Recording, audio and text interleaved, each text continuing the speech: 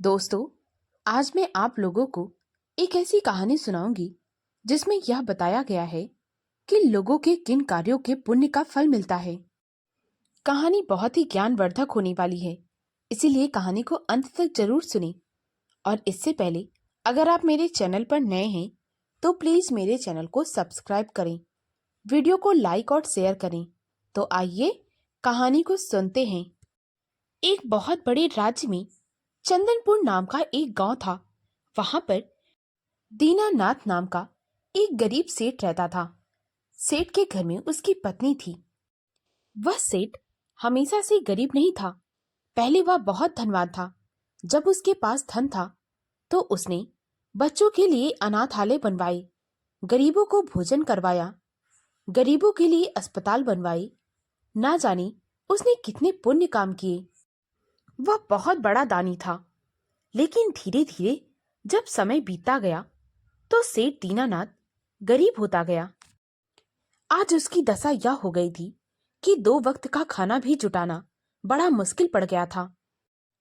एक दिन शाम को सेठानी जब बाजार गई थी तो उन्होंने बाजार में राजा के कुछ सैनिकों को घोषणा करते हुए सुना। वे कह रहे थे, सुनो सुनो सुनो, सभी गांववासियों ध्यान से सुनो।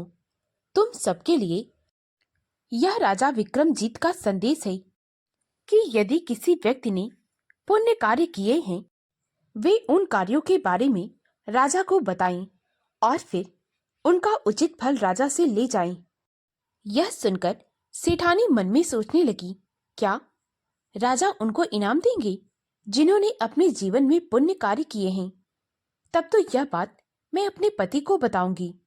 उन्होंने तो अपने जीवन में न जाने कितने पुण्य कार्य किए हैं। इन्हें तो राजा अवश्य ही इनाम देगा। हमारी गरीबी दूर हो जाएगी। इससे अच्छा अवसर और कुछ भी नहीं हो सकता। वैसे भी गरीबी में दिन गुजारते गुजारते बहुत दिन हो गया, पेट भर के सही से भोजन नहीं किया। सेठानी जल्दी जल्दी घर गई। वहां जाकर वह सेठ से कहने लगी, सुनो जी, आपके लिए मेरे पास एक बहुत बड़ी खुशखबरी है। सेठ कहने लगा, ऐसी क्या खुशखबरी है? सेठानी कहने लगी, आज जब मैं बाजार गई थी तो वहां पर राजा के कुछ सैनिक घोषणा कर रहे थे कि जिसने भी अपने जीवन में पुण्य कार्य किए हैं, उन कार्यों के बारे में वे राजा को बताएं और दरबार से जाकर उचित इनाम लेकर आएं। यह सुनकर सेठ भी कहने लगा, तब तो मैं राजा के पास कल अवश्य जाऊंगा। मुझे याद है, जब मेरे पास धन था तो मैंने बहुत सारे पुण्य कार्य किए। अगले दिन सुबह सुबह सेठ दीनानाथ राजा के दरबार में जाने के लिए तैयार हो गया। सेठानी ने 4 रोटियां बांधी और कहने लगी, यह लो रोटी, और पानी का डब्बा देते हुए कहा, रास्ता थोड़ा लंबा है, गर्मी का मौसम भी है, इसीलिए कहीं छाए में बैठकर ये रोटियां खा लेना और पानी पी लेना। सेठ ने सेठानी से पानी का डब्बा और रोटियां ली और अपने घर से चल पड़ा। रास्ते में चलते चलते दोपहर हो गई थी। सेठ को भूख भी लग गई और प्यास भी। उसने एक पेड़ को देखा, उसके नीचे बढ़िया छाया थी। सेठ वहीं पर बैठकर आराम करने लगा। उसने सोचा, लाओ रोटियां भी खा लेता हूं।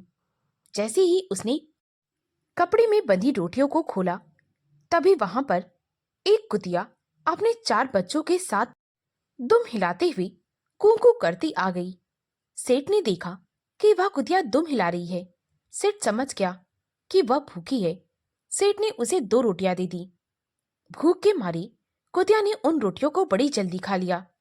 सेठ मन ही मन सोचने लगा, इसने तो रोटियां खा ली, इसका मतलब यह बहुत भूखी है। ऐसा करता हूं, ये बाकी की 2 रोटियां भी इसे दे देता हूं। वैसे भी इसके 4 बच्चे हैं, इसका दूध पीते होंगे, इसको इन रोटियों की ज्यादा जरूरत है।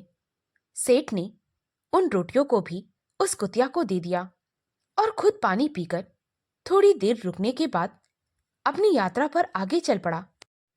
जब सेठ राजा के दरबार में पहुंचा तो उसने देखा कि बहुत सारे लोग हैं जो अपने पुण्य कर्मों के बारे में राजा को बता रहे थे। जब सेठ की बारी आई तो सेठ ने राजा से कहा, महाराज, मेरा नाम सेठ दीनानाथ है। एक समय पर मैं बहुत अमीर हुआ करता था। मेरे पास धन की कोई कमी ना थी। जब मेरे पास धन था तो मैंने अनाथों के लिए अनाथालय खुलवाए, गरीबों को भोजन करवाया, उन्हें वस्त्र दान किया। किसी किसी के लिए तो मैंने घर भी बनवाया और तो और मैंने गरीबों के लिए अस्पताल भी खुलवाया।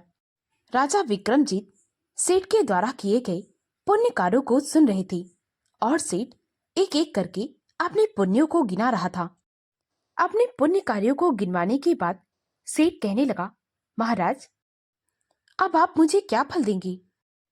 राजा ने कहा, सेठ दीनानाथ, मैंने तुम्हारे द्वारा किए गए पुण्य कार्यों को सुना, परंतु मेरे पास इन पुण्य कार्यों का फल देने के लिए कुछ भी नहीं है। तुमने अपने जीवन में और भी कोई पुण्य किए हैं तो बताओ। सेठ कहने लगा, महाराज, जब आप मुझे इतने सारे पुण्य कर्मों का फल नहीं दे रहे हैं तो मुझे आगे बताकर क्या मिलेगा? अब आप मुझे जाने की इजाजत दीजिए। इतना कहकर सेठ दीनानाथ वहां से वापस आने लगा। तभी राजा के कुछ मंत्रियों ने उसके कान में फुसफुसाया। राजा ने कहा, सेठ दीनानाथ, आप रुक जाइए। सेठ हैरानी से राजा की ओर देखने लगा। राजा ने कहा, आज आपने जो पुण्य कार्य किया है उसके बारे में तो आपने मुझे बताया ही नहीं। सेठ हैरानी में पड़ गया। वह सोचने लगा, मैंने आज तो कोई पुण्य कार्य किया ही नहीं।